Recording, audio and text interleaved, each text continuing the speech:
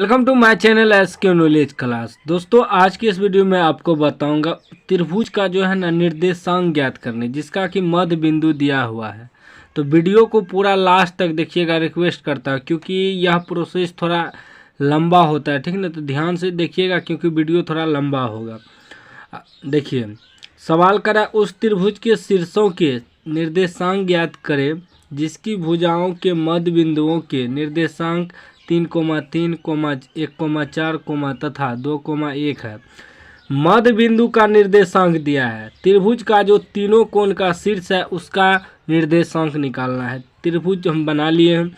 मान लीजिए दोस्तों ये ए बिंदु है, ठीक, ये बी है, सी है, ठीक, यही निकालना है। तो इसको हम लोग ए को मान लेते हैं x1, y1, ठीक। उसके बाद ये हो जाएगा x2 और y2, ठीक। इसको मान लेते हैं x3, y3, ठीक। इसका मध्य बिंदु दिया है दोस्तों, ये जो बीच में होता है ना मध्य बिंदु, यही हमको दिया हुआ है। तो ई मध्य बिंदु को मान लेते हैं m, कुछ हो मान सकते हैं, इसको मान लिए n, ठीक। इसको मान लेते हैं o। अब एगो का जो मध्य बिंदु दिया है ये पहले वाला, इसको मान लेते हैं 3,3। देखिए पहले x होता है फिर y होता है, ठीक। यहाँ भी x दिए फिर y दिए, यहाँ भी x दिए फिर y दिए, ठीक। उसको मान लेते हैं दोस्तों 1,4 n बिंदु को, ठीक, एक है। उसके बाद इसको मान लेते हैं 2,1, ठीक। x का जो मध्य बिंदु निकलेगा ये x का है, ठीक। y का जो निकालेंगे ये y का है। तो ध्यान से आपको थोड़ा समझना है, ठीक। देखिए मध्य बिंदु जो होता है दोस्तों, मध्य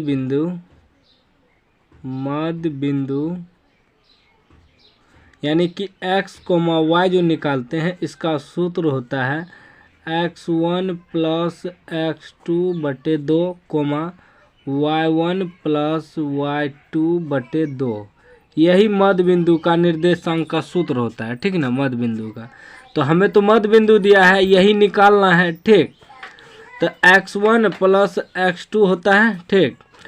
तो हम पहले m मध्य बिंदु निकालेंगे, m मध्य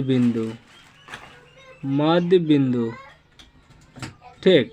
अब यहाँ थोड़ा ध्यान से समझिएगा। देखिए ये x के लिए दिया हुआ है 3, ठीक ना। तो करेंगे x1 + x2, x1 + x2, तो x1 + x2/2 बराबर में रखेंगे। मध्य बिंदु तो हमको दिया हुआ है ना 3, बराबर में रखेंगे। फिर कोमा y के लिए y1 + y2, y1 + y2/2 बराबर y के लिए भी y वाला है तो बराबर में 3 रखेंगे, ठीक। अब देखिए, ठीक है ना, हल करेंगे। इसको लिखेंगे x1 + x2 बराबर 2 इसको मान लेंगे समीकरण 1, ठीक। कोमा y वाला देखिए y1 + y2 बराबर 2 इसको मान लेंगे समीकरण 2, ठीक है ना। थोड़ा ध्यान से देखिएगा, हम पहले बताएं वीडियो लंबा होगा, ठीक। अब देखिए ये m का निकल गया दोस्तों, फिर n का निकालेंगे, n मध्य बिंदु कोनो नाम दे सकते हैं आप, ठीक ना। तो इसमें हो जाएगा x1 x2 की जगह 3 है तो लिखेंगे x1 + x3/2, ठीक ना। बराबर में रखना है क्या, इसका मध्य बिंदु क्या है x का 1, ठीक, कोमा फिर y1 + y3/2 इसका मध्य बिंदु कितना है 4 है, ठीक। अब देखिए यहाँ ये हो जाएगा x1 + x3 बराबर 2 समीकरण 2 मान लिए हैं। इसको मान लेंगे समीकरण 3, ठीक, कोमा फिर y1 + y3 बराबर 2 चौके 8 इसको मान लेंगे समीकरण 4, ठीक।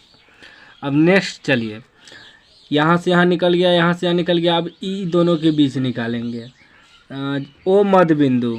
ठीक, लिखेंगे ओ मध्य बिंदु। ओ में क्या हो जाएगा, x1 ही हो जाएगा, x2 ही हो जाएगा, यानी कि x2 plus x3, x2 plus x3 बटे 2 बराबर में इसमें 2 रखेंगे x के लिए, कोमा फिर y1 की जगह y2 है तो y2 प्लस y3 बटे 2 बराबर में 1 हो जाएगा। ठीक, अब देखिए ये हो जाएगा x2 प्लस x3 बराबर 2 दूनी 4, 4 तक मान लिए, इस समीकरण 5 हो गया। ठीक, समीकरण 5 कोमा y2 प्लस y3 बराबर 2 का 2, ये हो गया समीकरण 6। ठीक, अब यहाँ से हम लोग x1 x2 x3 का मान निकालेंगे। तो थोड़ा आपको दिमाग लगाना है दोस्तों। दिमाग क्या लगाना है, देखिए x1 प्लस x2 बराबर 6 है। ठीक, समीकरण 1 को समीकरण 2 में जोड़ देंगे। आप अपने से भी दिमाग लगा सकते हैं, 2 को भी जोड़ सकते हैं, ठीक ना, आप अपने हिसाब से हल कर सकते हैं। तो हम ना ये दोनों को जोड़ देते हैं, समीकरण 1 को समीकरण 3 को जोड़ देंगे। ठीक ना, x वाला x के साथ जोड़ सकते हैं। ठीक, समीकरण 1 जोड़ समीकरण 3। ठीक, तभी हल होगा। ठीक, देखिए क्या है, x1 प्लस x2 बराबर 6 दिया है। ठीक, उसके बाद जोड़े हम x3 को, समीकरण 3 को। समीकरण 3 क्या है दोस्तों, यहाँ है। ठीक, समीकरण 3 है x1 प्लस x3 बराबर 2। ठीक, अब देखिए हम x1 क्या हो जाएगा, 2x1 प्लस ये दोनों जुटेगा, लिख देंगे x2 प्लस x3 बराबर 6 2 8। ठीक, अब यहाँ दिमाग लगाइए थोड़ा, देखिए 2x1 प्लस x2 x3 का मान कितना है दोस्तों, 4 है ना। x2 प्लस x3 का मान यहाँ से 4 आ गया बराबर 8। ठीक, तभी हो जाएगा 2x1 बराबर 8। ये उधर माइनस में चले जाएगा, प्लस है तो माइनस होगा ना, तो 8 में से 4 घटेगा, 4 बचेगा, 2 से कटा दीजिए। x1 का मान कितना निकल गया, 2 निकल गया ना। अब यहाँ से दोस्तों हम लोग क्या कर सकते हैं, x2 का भी मान निकाल सकते हैं। यहाँ लिख देंगे x1 का मान समीकरण 1 में रखने पर, ठीक ना, इधर जगह छोड़ रहे हैं, y वाला को हल करेंगे। तो समीकरण क्या है, 1 x1 प्लस x2 बराबर 6, x1 प्लस x2 बराबर 6। x1 कितना है दोस्तों, 2 है, प्लस x2 बराबर 6। x2 बराबर क्या हो जाएगा, 6 ई जाके उधर माइनस हो जाएगा, तो 6 में से 2 घटेगा 4। देखिए x1 भी निकल गया, x2 निकल गया, x3 भी निकाल लेंगे हम लोग। x3 कैसे निकालेंगे दोस्तों, है यहाँ देखिए, x1 प्लस x3 का मान बराबर दिया है ना 2, यहाँ से x1 का मान बैठाएंगे, 3 निकल जाएगा। ठीक ना, क्या है दोस्तों, x1 प्लस x3 बराबर 2। ठीक, तो x1 का मान हमको निकला हुआ है, कितना निकला हुआ है, 2। ठीक है, थोड़ा ध्यान से देखिएगा। तो x1 की जगह 2 बैठा देंगे, प्लस x3 बराबर 2। जब x3 बराबर निकालेंगे तो ई उधर जाएगा तो माइनस होगा इसमें, तो 2 में से 2 घटिए जाएगा तो 0 बचेगा। अब देखिए हमको x1 भी निकल गया, x2 भी निकल गया, x3 भी निकल गया। ठीक, अब देखिए अब हम लोग y वाला को निकालेंगे इधर थोड़ा, ठीक ना। y वाला में देखिए क्या है, समीकरण 2 समीकरण 3, ये दोनों को जोड़ते हैं, समीकरण 2 और समीकरण 4 को, y वाला को हल करेंगे हम। समीकरण 2 जोड़ समीकरण 4। ठीक, समीकरण 2 क्या है दोस्तों, समीकरण 2 है y1 प्लस y2 बराबर 6। y1 प्लस y2 बराबर 6। और समीकरण 4 देख लीजिए क्या है, समीकरण 4 यहाँ है दोस्तों, y1 प्लस y3 बराबर 8 दिया हुआ है। ठीक, देखिए y1 क्या हो जाएगा, 2y1 plus y2 plus y3 बराबर कितना हो जाएगा, 814। तो 2y1 plus y2 plus y3, देखिए y2 प्लस y3 का मान निकला हुआ है 2, यहाँ बैठा देंगे 2 बराबर 14।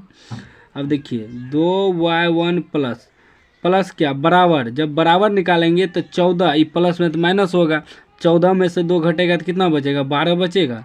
अब 2 से कटा दीजिए इसको, 6 बार में कटा, तो y1 का मान कितना निकल गया, 6 निकल गया। ठीक, अब इसी से हम लोग आगे भी हल करेंगे दोस्तों, ठीक ना। देखिए y1 का मान दोस्तों यहाँ रख देंगे किसमें, समीकरण 2 में, क्योंकि y1 प्लस y2 बराबर 6 है। y1 प्लस y2 बराबर 6 दिया हमको।